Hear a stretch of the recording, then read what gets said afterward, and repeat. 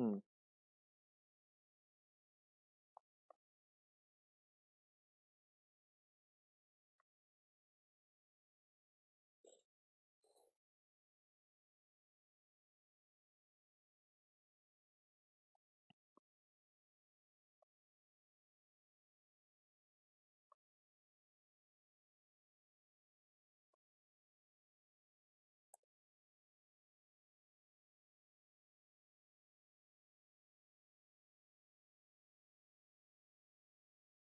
Hey, classical sheet music. Ooh, have fun going back to Germany. And please get your sleep soon. Decided to do, well, okay, so I am, what's it called?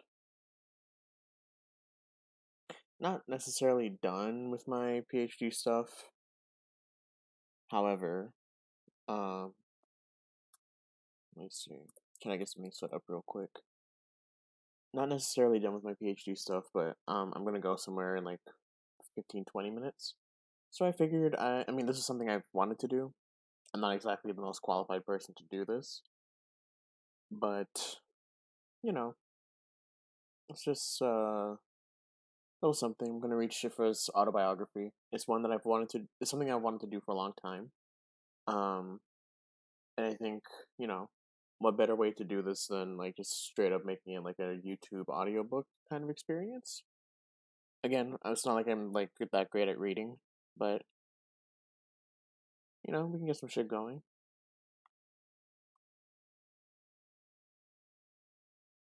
Let me just set something up real quick, and we'll be good to go.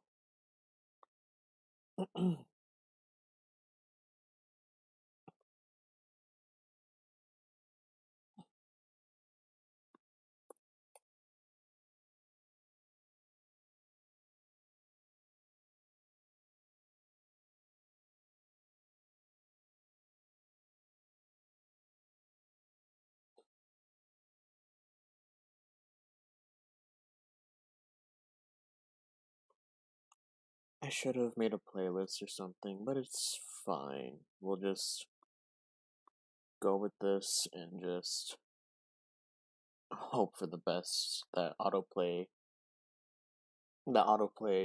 helps us out. All right.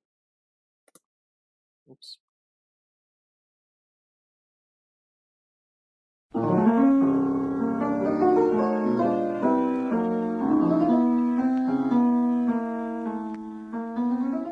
I'm gonna turn that down. Turn that down even more.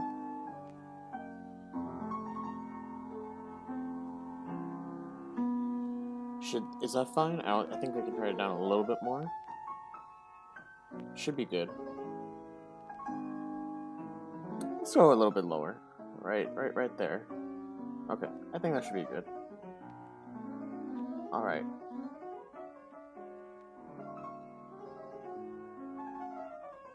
Oops. Cool. Let's go. I should have had this pulled up to the first thing. Okay. So this is Cziffra's autobiography, Cannons and Flowers. Always wanted to read this, so let's get into it. This is by the way, this is Cziffra improvising with like some jazz stuff. Anyways, let's get into this. Introduction.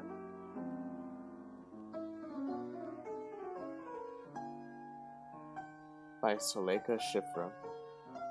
I'm an Egyptian born in Rome. Suleika means sun, not that I'm being pretentious.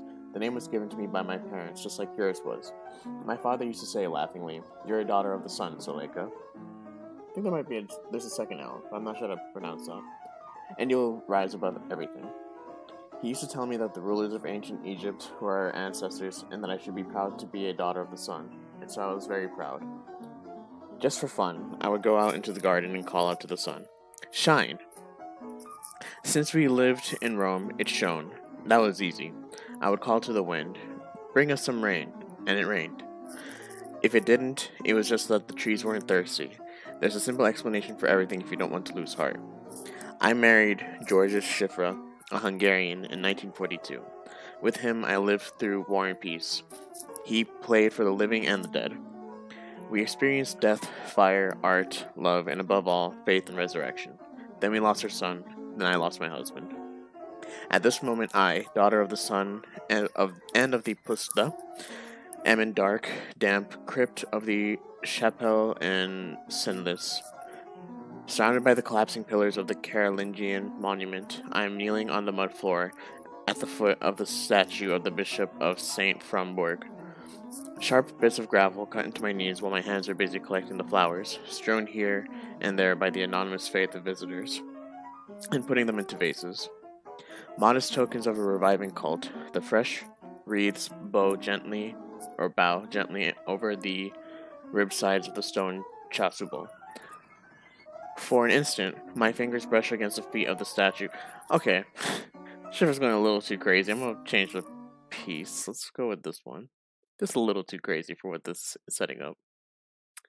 Modest tokens of a reviving cult, the fresh wreaths bow gently over the ribbed sides of the stone chasuble. For an instant, my fingers brush against the feet of the statue, fixing their eternal holy expectancy. The rough surface recalls the cold earth I had clawed at on impulse like a terrier until there appeared, wrapped in decaying rags, the statue now standing before me. I looked up, instinctively hiding my hands covered in earth and gravel. The saint gazes through me dreamily to eternity. From his blank stone eyes I feel a warm, appeasing dark wave coming from afar as if in answer to a prayer. I often go into the chapel to walk down the nave a little and relax. I walk with all my sorrows, dreams, hopes, and faith. Over the speakers, the sound of the Rachmaninoff concerto announces the start of the next visit. I sit for an instant on the hard back bench and listen. I feel within me the warm, appeasing dark wave which shone in the statue's blank eyes. The dreamy gaze passing through me to eternity is a message of St. Fromborg. Your deeds shall be accounted for in the realms of the living and the dead. Georges and I lived through war and peace. He played for the living and the dead. We experienced fire, art, love, and above all, faith and resurrection. And that was in 1996. So that's the introduction to this book. Let's move into the first chapter.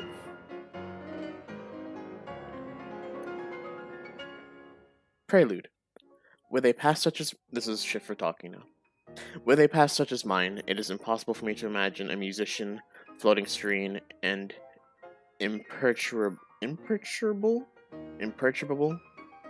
I should have practiced, but whatever. Serene and imperturbable above the earth. This prelude is intended to remove any such misunderstanding. People are, I feel, weary of descriptions with its executioners and martyrs, criminals and heroes, its processions of horrors and great deeds. Yet, as soon as I start to evoke that period of my life, images of major and minor events of the last war flit past me. My memories of a Europe aflame and flowing with blood intertwine, twitch, and die. A Europe plunged into darkness by the eclipse of the human mind. That long night explains why a major part of my experience has not been on the world's concert platforms, but in the operating theater of dreadful war. How many of us, when I think back, were waiting for the miracle of peace, longing for it? We, the inhabitants of Budapest, as much as those of Paris or the other cities of Europe. I don't know whether such episodes in my life came back to me deliberately or instinctively. It is not so much a taking stock as a confrontation between two worlds which know nothing of each other, irreconcilable fragments of eternity on different orbits. With time, something obvious has occurred to me about my disordered memories. Only the laws of relativity can explain why I can find no link between past and present, why my inner world is split into two islands. That is why I can only reveal myself as I was at the time, a child, then a soldier. Art and music had no part to play in war or the destitution of my family. It should be understood that during the period, I was cut off from my past and my future. I had no time to weep nostalgically for my youth or dream of my future. My relationships with others were purely animal-like, mechanical and automatic. You should realize that I can't write about it all philosophically, looking down peacefully from a height on the horror and absurdity of the good old times, thanking God for saving me from hellfire, as though some arcane providence had planned it all. It is not the picture of a young man seated at a piano that comes to mind, but that of a soldier wandering in no man's land. During the long war years, I forgot ever having touched a keyboard. My hands are no different from those of other combatants. Hands for wielding a weapon, for eating, for surviving. Hands raised under the menace of a machine gun. Hands tied behind one's back. How could I have remembered what it was like to have the supple hands of a musician? Those had died with the war. There are strange coincidences, Christ. There are strange coincidences in life which I am tempted to see as signs. Emotional moments of parting or of return to life are the only landmarks in a harsh series of events of which the coming together in time and space passes all understanding. From his earliest years, my son Georgi has been able to interpret the mysterious signs which pursue me now as they did in the past. I entrusted myself to him without realizing it, bit, by hints, even in glances and silences. These tales from my life have seen the light thanks to our invaluable understanding and are now available to all. This next section is called The Raft of Poverty. Inexorable poverty enshrouded my mother, sisters, and me in the single tiny room where we lived. It beat incessantly against the walls and against the bathtub into which I fell when I was born. Alright, hold on, let me check the comments real quick.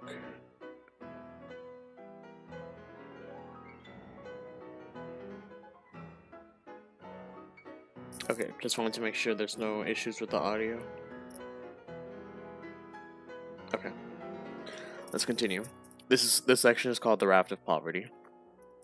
Inexorable poverty enshrouded my mother, sisters, and me in the single tiny room where we lived. It beat incessantly against the walls and against the bathtub into which I fell when I was born. With it came destitution and, worst of all, starvation, the great daily, as it was known. It assailed us until I was 8, passing over me without crushing the little child that I was or ruining my health, despite the paralyzing effect it had on us. When I became an adult, the phantom of that pitiless cruelty, which had viciously hounded our humble existence, often appeared in our haunted dreams. Later, even though life has not always deigned to show me its sunniest side, I was able to look on those dreadful events with certain objectivity. Had we really deserved such incredible hardship? Had all our sufferings really existed? Hadn't it all just been a nightmare, vanishing suddenly as if by some divine order, the better to let us glory in our victory? Whenever pictures of the past come back to me, I do not see them with my sensibility as it is now. I have gradually come to experience the past as I did at the time. It is in this sense that the theory of relativity seems most appropriate in my case. It alone makes an utterly poverty-stricken past credible, while at the same time showing what a boundless distance exists between that past and the person addressing you now. There are two different states of awareness, and yet the same man bears them within himself. Isn't the secret of our resistance to the blows of fate the ability to forget that life is ever changing? Our salvation is, in fact, due to our astonishing ability to adapt, which, if necessary, modifies our metabolism, both physical and mental. Such transformation ensures our survival, however great the distress, for the mind gradually puts aside all other preoccupations until it can no longer even conceive of any other form of existence in the present. For me, one more time. For me, looking back is not just an evening reminiscing by the fireside or tears of emotion on looking through an old photo album. It means plunging into a strange, almost unknown world, which I gradually decipher. There is no bridge or pathway. To get to the other side, you have to leap into the void and lose sight of the present world. We were not alone on that raft of poverty. The scourge of God, which fell upon us, was the lot of countless families which tried, like us, to live, or rather stay alive. In the white wooden huts, hastily crammed together on the outskirts of Budapest thanks to some humanitarian organization, which had designated this unsanitary masterpiece a temporary residential block. This spot was called the Land of Angels. That was all we needed. That was all we needed to call our dwellings, Angel Court. My mother and sisters had to move into the tottering hut, perched on piles attributed to them not long before my birth. Removal was no problem. They did not have anything to move. How had they sunk to this when only a short time before they had been living in a smart flat in Paris? quite simply because of the 1914 to 18 war. I think the piece ended, so I'm just... Okay, autoplay was off, I guess. Thought I had it on, but whatever. Okay. A short time after the declaration of the war, the French government had issued a decree expelling all foreign residents whose countries of origin were fighting against France. Their property was to be confiscated, since he was a Hungarian citizen. So wait, my bad. Their property was to be confiscated. Since he was a Hungarian citizen, my father was immediately imprisoned, then interned in a special camp along with several hundreds of others, also of enemy nationality. My mother was given notice to leave French territory without delay by special convoy, each person having the right to 5 kilos of luggage. Their 15 kilos contained the little that remained of my father's earnings from his years as a cabaret musician. The rest was simply seized: furniture, family souvenirs, everything representing some fragment of the happiness of their lives up until then. Her arrival at dawn at Budapest station, shrouded in winter fog, cannot have been exactly joyous. Like most of her fellow travelers who, under the same sign of destiny, stared blankly and despairingly at the world confronting them, she had nothing to look forward to and no one to welcome her.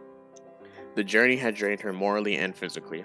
She had traveled the whole way seated in the corridor on her little suitcase with her second daughter in her arms. The eldest lay near her on the floor. Many others journeyed in such conditions, for they had all left France on an equal footing. The train carried twice as many people as there were seats, and my mother, who was then 38, got out of the train on the point of collapse with no idea of where to go or with what objective. Resigned, yet wishing with all her heart for some miracle to happen, or to occur, she and her children made their way towards the exit. At the end of the platform stood a few guardian angels sent along by the Hungarian Red Cross, and waiting with an air of complete indifference for all those bewildered people so that they could be sorted. They were assembled and asked straight out if any of them would like permanent lodgings. In her exhausted state, my mother said yes, without even inquiring where and in what conditions she was to be bedded. Her period of martyrdom began shortly before the start of my own life story. All this was only a foretaste of the distress which was to wind its tentacles around her for years to come, and of the daily anxiety, turn this down a little bit, the menacing shadow of starvation caused. My first home, that hut wavering on stilts, comes back to me in a strange misty halo. Why indeed was I born there of all places? I have no idea. It was my meeting place with destiny, and there my father found us all when he was released from the internment in the French prison camp. Nor could I say if I had the right to live, granted to every human being when he comes into the world, was the greatest of rewards, or a supreme infliction for a child born in angel court. Perhaps it was both. The background of my early years will not take long to describe. The epicenter of the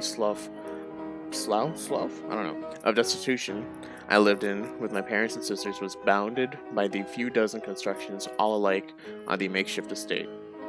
The terrain was marshy. The terrain was marshy, so the city council, in a burst of humanitarianism, decided to elevate the rotting edifices. These were linked in fours by a wooden balcony which acted as a passageway. Every block was divided into a dozen rooms 18 yards by 21, each with an identical opening. A tiny window on a level with the door, looking onto the inner yard. A sea of mud in autumn, a skating rink in the winter. The latter a paradise for children, but a purgatory for the elderly. The only staircase for the inhabitants was a model of its kind. It had been added as an afterthought, a sort of miller's ladder, its original rungs replaced by planks, with a symbolic handrail which children and old people alike made sure not to touch. Lodgings such as these could only encourage the spread of human degradation, yet the public health authorities in all good conscience crammed in unemployed down-and-outs with their large, poverty-stricken families. No account was taken of the number of children or of their state of health. Each family was allotted just one room. Apart from enjoying the nights enjoying the rights to the open space roundabout. The estate dwellers had no advantages, unless a constant supply of noxious air from the nearby marshes counted. The rooms were damp beyond belief, yet in the half-light of winter evenings, they were the only safety net left to all those whom even fate had grown wary of battering. They lived stranded, cooped up in the hovels they had been allotted, all hopes dashed, and we lived in their midst. It would be incongruous to speak of comfort in such a context. The word no more existed in our vocabulary than it did in the brilliant mind of the property dealer responsible for the wooden slum. He had not even thought to provide the tiniest space for a stove on which, if only on occasion, my mother and her neighbors might have concocted one of those dishes using a few scraps, of which only the truly poor have the secret. The water in the well at Angel Court was no more drinkable than the liquid in the head of the health official who had it drilled, again because of infiltration from the marshes around the estate. Promiscuity was forced on adults and children alike as they washed and relieved themselves in a bucket in one corner of the room. Each evening it was emptied into a pit situated, as luck would have it, at the other extremity of the estate. Those still healthy enough lay beside the sick and made love in full view of everyone. Their way of life, if such stagnation could be called life, had soon rid them of any feeling of embarrassment or shame. Jesus Christ. There were at least 5 people to a family in the shanty town. At first, my mother and sisters were not too cramped in the room. The living space was sufficient, if hardly acceptable, for 3. When my father returned, our family grew, and after I was born, there were 5 of us to enjoy the lifestyle. Some of the better off neighbors could afford the luxury of an old mattress, which they set up on chocks. Others got hold of an old camp bed. Like most other families, we were not so lucky. Hoping for something better in the future, we slept on old jute sacks, refilled regularly with fresh straw by our parents, and these made pleasantly soft beds. The raft of poverty gathered speed as it was sucked into the maelstrom of degeneration. Even so, people went on living at Angel Court, with utter indifference. The unemployed remained unemployed, the dreamers dreamt, the hungry went hungry, and the pessimists had nightmares. In actual fact, they had no need to. It was enough to open one's eyes and look around. Sometime later, my sister had told me that a younger sister, born shortly before me, had died of tuberculosis as a consequence of so much privation. As my mother told me, I was a little over 2 and my younger sister had a quite unexpected chance to jump off the raft which was carrying us along. My mother hurried to fill in a form for the Dutch Red Cross, which proposed lodgings for a certain number of Hungarian children on a temporary basis, with charitable Dutch families paying their school fees, board and lodging, etc. The offer was limited to what? Oh, I read that wrong. Board and lodging, etc. The offer was limited to 1 child per family, providing he or she fitted the criteria of in special need. As regards poverty, we were well up to the mark. In regards to poverty, we were well up to the mark. It was not difficult to understand my mother's relief at knowing that at least one member of her family would be well provided for. So one day my sister left for Holland to spend her childhood free from want. Shortly afterwards, my parents received a letter from her hosts asking them to take the necessary steps to have her legally adopted. The very idea was revolting to them. However, sick at heart, they accepted. What else could they have done? The threat of undernourishment, an ever-present guest at our rare meals, and worse still, starvation, the daily specter, forced the decision on them. They just could not face any longer that feeling of helplessness and anguish which brought a lump to the throats of every parent on the estate every time a loss of energy in one of the family was noticed. Time passed. Like any child who changes countries at an early age, my sister learned Dutch as quickly as she forgot her mother tongue. To start with, my parents heard from her regularly, then the letters grew fewer, and finally stopped altogether. At least she had escaped from the ship which was slowly sinking beneath us. We were clinging on fast, but for how much longer? To cap it all, my father's health prevented him from working full-time. The poor man persisted in making his way to Budapest in the hope of finding cabaret work. The outcome was inevitable. Either there were no jobs, or the last one had just gone. In the evening, he downheartedly made his way back, sucking on an old pipe as empty as his pockets. I don't think this is Cziffra. Give me a second. That's Okada. There is one channel that does Cziffra stuff. Like, almost exclusively Cziffra stuff. I'm just gonna stick with this.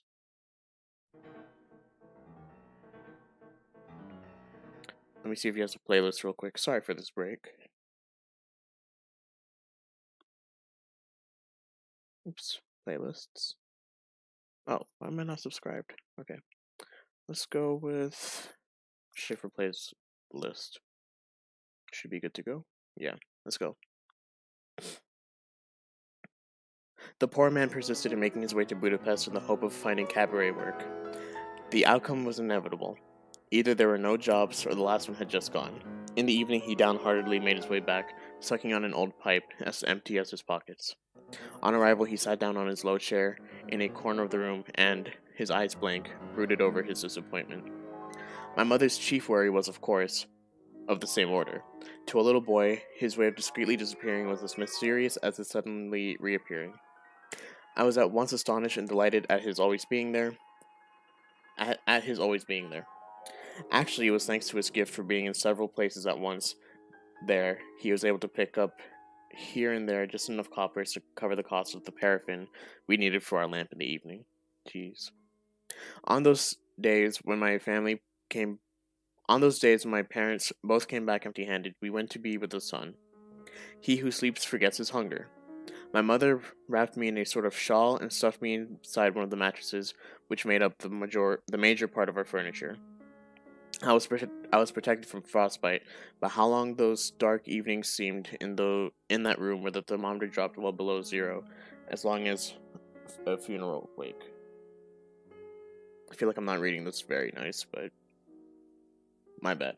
Sorry in advance. This is my first time doing something like this. Not even sorry in advance. Sorry as it's happening. Moving on. On other evenings, and believe you me, there were occasions for celebration. What? Let me try this again. On other evenings, and believe you me, there were occasions for celebration. I fell asleep, my belly as tight as a drum skin, with all the satisfaction of a job well done, dreaming I was eating all over again. One day, Mother came back looking radiant. She came up to me where I lay, picked me up, and squeezing me to her, waltzed several times around the room. To explain her extraordinary behavior, laughing aloud as our dance continued, she popped something meltingly delicious into my mouth. She saw how delighted I was for my puzzled look, accompanied by a broad grin more eloquent than any words. As my first ever chocolate dribbled from the corners of my mouth, she suddenly grew serious again and explained that from then on I would be having more of this lovely stuff as she had found a job. That's so nice. I must have been 3 at the time. I was so ludicrously small and weak that my mother had to leave me lying down all day. I was subject to frequent giddy spells and was constantly tired. I often fell flat on my face when attempting to take a few steps. Like many children handicapped, my mind developed precociously to make up, as it were, for my physical weakness.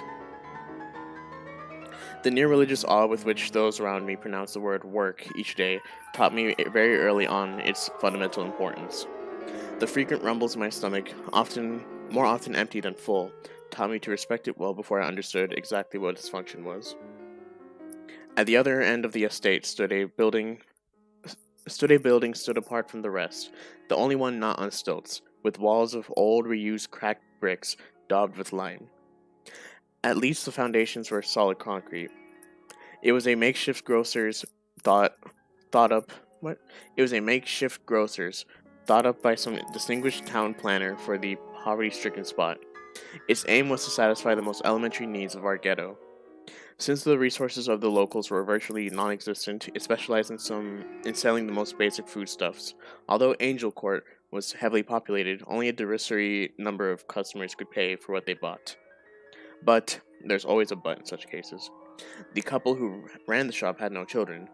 They were moved by our dire poverty, which was notorious even in that court of miracles, the courtyard of medieval Paris, the haunt of beggars, cripples, and thieves, and offered to give my mother work from time to time. A child who had died young for want of medical care and food, another too weak to get up, a third obliged to go abroad to escape starvation, an elder daughter as yet too young to work, a semi-invalid husband recently released from prison camp, unemployed, and all with nothing to eat. My mother was dogged by the attempt to make ends meet. By the way, congratulations to anyone who may suspect I am blackening these memories. This is perhaps the moment to point out to those who may consider the story of this period of my life as much the sort which certain journalists revel in, that I too would rather read about it in a comfortable armchair than have lived through it.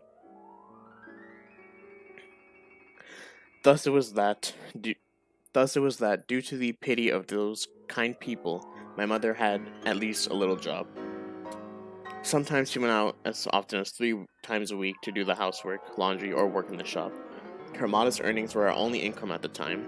What rejoicing there was at home. For the first time in ages, our meals contained sufficient calories, and, more important, were daily. My mother kept her promise, bringing me back whenever she could a sweet to savor blissfully after dinner.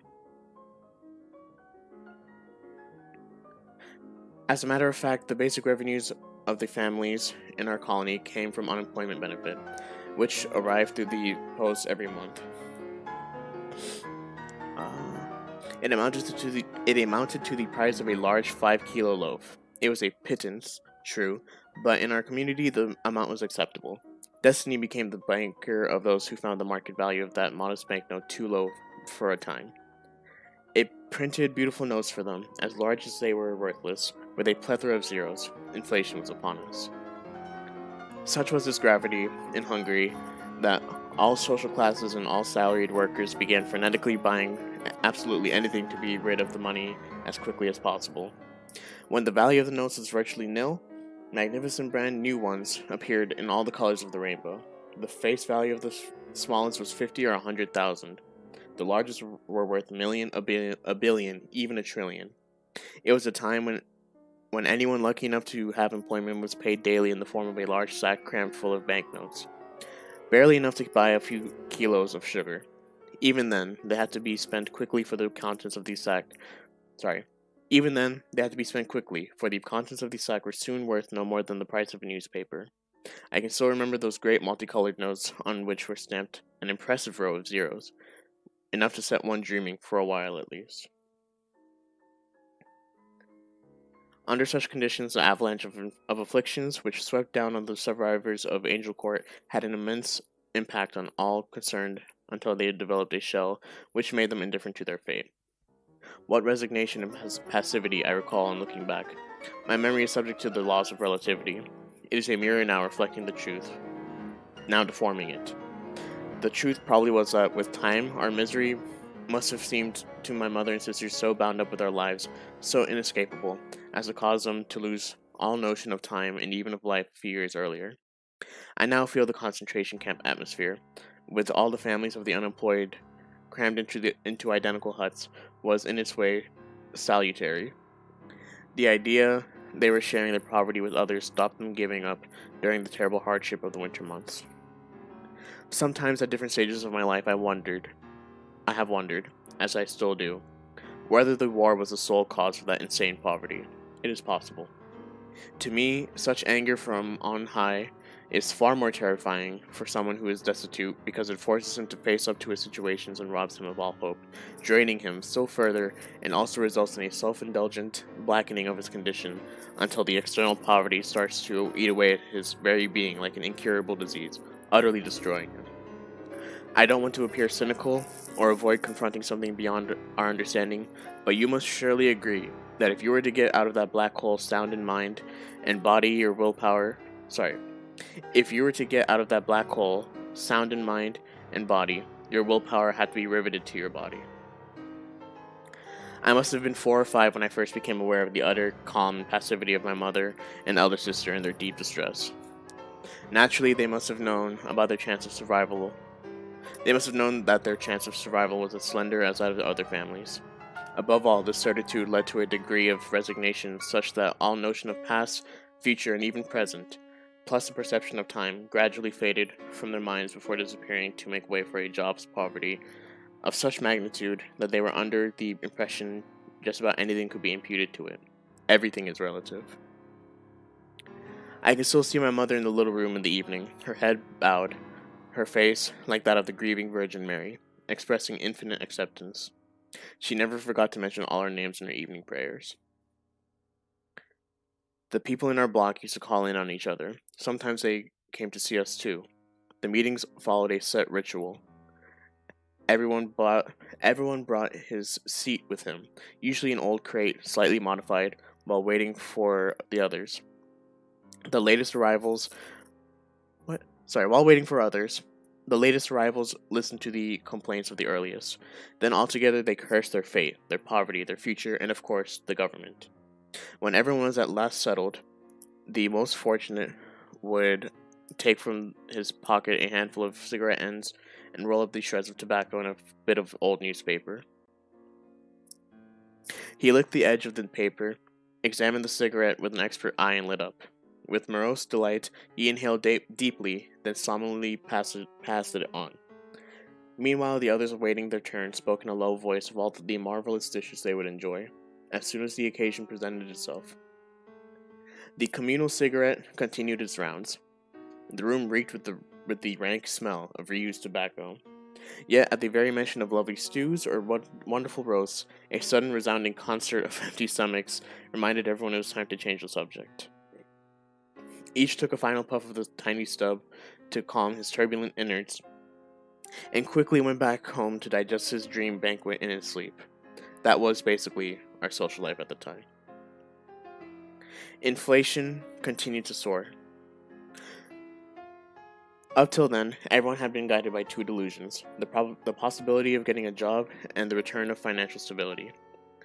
Both had fallen by the wayside. So necessity became the law at Angel Court. It must be admitted that thefts and murders were of frequent occurrence. To be on keeping one's spirits up and on remaining honest in such surroundings was of a temerity bordering on the irresponsible. Our situation had become worrying once more. This time, fortune smiled on us by giving my eldest sister, who was just 13, a helping hand. She was taken on to do the washing up in the canteen of some firm or other. In the back of Beyond, it goes without saying. Sorry, let me read that again. She was taken on to do the washing up in the canteen of some firm or other. In the back of Beyond, it goes without saying. Every day, without fail, she was up at dawn, ready for the 2-hour walk to our place of work. To our place of work. Sorry. She never forgot to take with her a decent-sized saucepan. Late each evening, on arriving back, she set the saucepan of plenty, full of leftovers, on the table and served us generous helpings on our tin plates. These gargantuan meals restored our good humor. Everyone was pleased except for my father. With a disposition such as his, he could not stand feeling useless. This is about to break my heart. His outbursts became more and more frequent.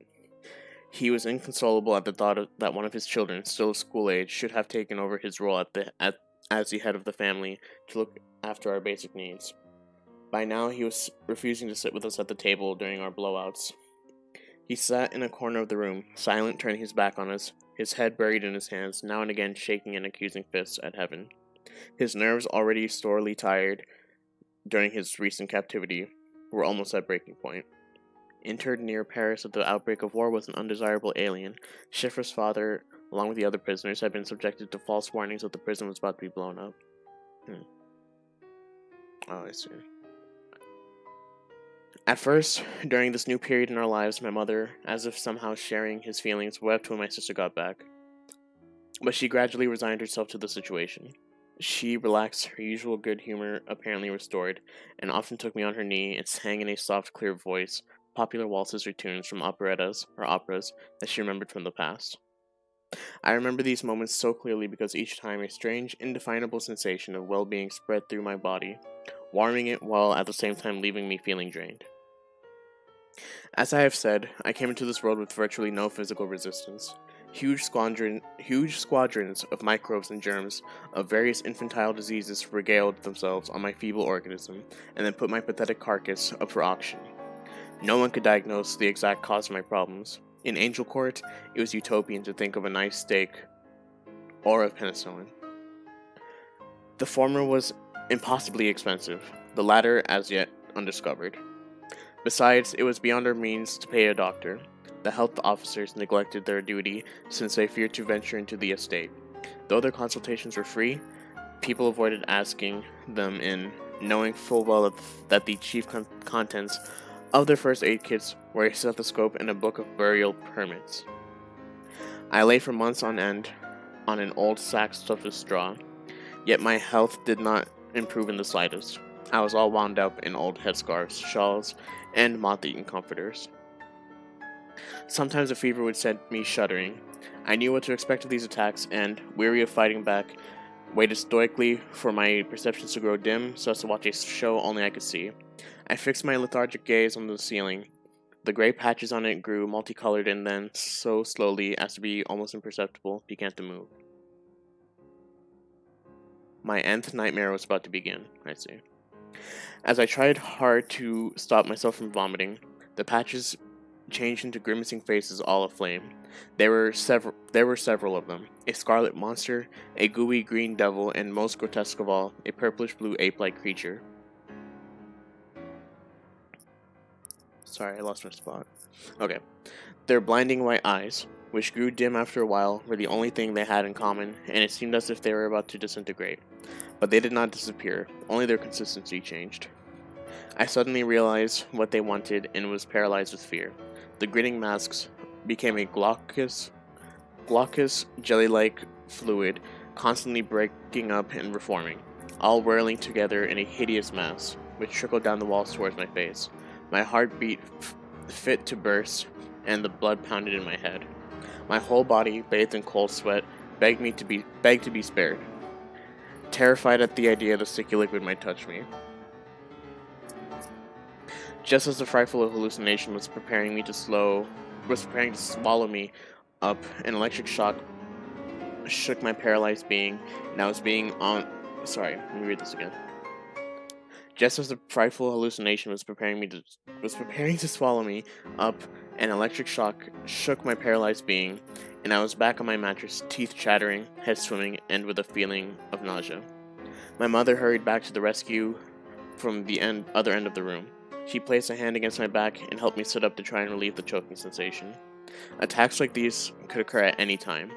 My mother was out of work again and gave up seeking a job for a while to look after me. She still had to leave me occasionally, if only to see to the water. I dreaded the idea of an attack while she was out in case I had to manage by myself and raise my fever-racked body, shaken by spasms, until it seemed about to fall apart, and remember what I could of the meal I had never had. Dude, this is breaking my heart, reading this so far. Christ. My father's worries ceased for a while when he too at last found work. Together with a spindly, shabby old violinist, he livened up a seedy bar, beautifying the odor of cheap wine with the sound of an ancient piano. The two artists speeded up the rhythm at which... Oh fuck, I'm really late to something. Let me try to speed these. I'm almost near the end. Fuck, okay, I'm really late to this. Okay. The two artists speeded up the rhythm at which the glasses emptied to the delight of the barkeeper and earned them enough each evening to fill the bellies of their families the next day. The cherry on the cake was the packets of cigarettes the tipsy customers gave them in gratitude, ironically just when they could have afforded their own. Alas, this is not to last. My father's nervous illness, a remnant of his captivity, grew worse. Worried by the struggle, he spent more and more time at home, long periods of exhaustion, alternating with strangely periods of overexcitement. Mumbling incoherently, he paced around the room, raging deliriously. All of a sudden, he would stop short and stare wildly at a point on the wall. I loved my father dearly, but at such moments I was terrified of him. I shut my eyes tight and made myself as scarce as possible on my bedding. I tried to persuade myself that if I could not see him, he could not see me either. At other moments, at the height of his worst attacks, he began to howl like one possessed. Terrorized, I forgot my strategy and began to howl even louder. Sometimes he was so taken aback at not being able to hear himself that he calmed down. Luckily for us, such grave attacks were rare. On thinking back, these symptoms did not particularly affect us. Compared with all of the tempests our raft had survived up till then, they were a storm in a teacup. Yet, still we clung on. All of us, sorry. But persistent, virtually continuous spasms of trembling meant that my father was incapable of any kind of work, and we suffered with him from every point of view. His condition compromised our hopes of survival and seriously undermined our resolve to keep going, and in Angel Court, it was as well to keep one's spirits up. My elder sister, Yolande, I'm not sure, applied herself zealously to her washing up and bringing back generous helpings of leftovers, cleverly transformed into shepherd's pie by my mother.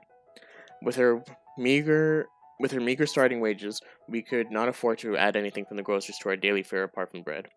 My sister's attendance record was marked on by her employers. They even found out that she had a little culture. Like most of her colleagues, she sang as she worked to give herself courage to face the Babylonian pile of dishes to be dried. There's nothing unusual about that except that she sang in French. A girl living in a place of such sinister repute as Angel Court, singing in perfect French in a grimy factory scullery miles from the bandit's lair, seemed as out of place there as a banknote in my father's pocket. Jesus Christ. In short, she was moved to another department and office, and her pay went up. One evening she came home from work and astounded my parents by declaring for all to hear that she intended to hire a piano. The decision was an important one, but my father said nothing, trying to catch my mother's eye. Deep down, he could not have been displeased by the idea. He was himself a musician after all. Fixing her large, blue, eloquent eyes on him, my mother replied, "Yes, we used to have one in Paris, but in conditions like these, sheer folly, and if I ever..." My father shut his eyes wearily. He already knew all about the idea, though they had not discussed whether the moment was opportune or how the plan could be carried out, but he wanted to share the spark of unexpected joy. But my mother's muted enthusiasm was as nothing compared with my sister's zealous determination. In the end, not long afterwards, a horse-drawn cart drew into the backyard. We heard the pleading, ominous creak of the staircase, and then my sister appeared in the doorway, flushed with excitement. Her eyes shining, and after her came two men heaving along a large square object. My parents looked at each other, dumbstruck. Without knowing it, I was looking at my first piano. That is the end of chapter 1 of Cziffra's biography. Next time I get on stream, we'll most likely be reading chapter 2, titled In the Circus Ring. On that, I have to go. Goodbye.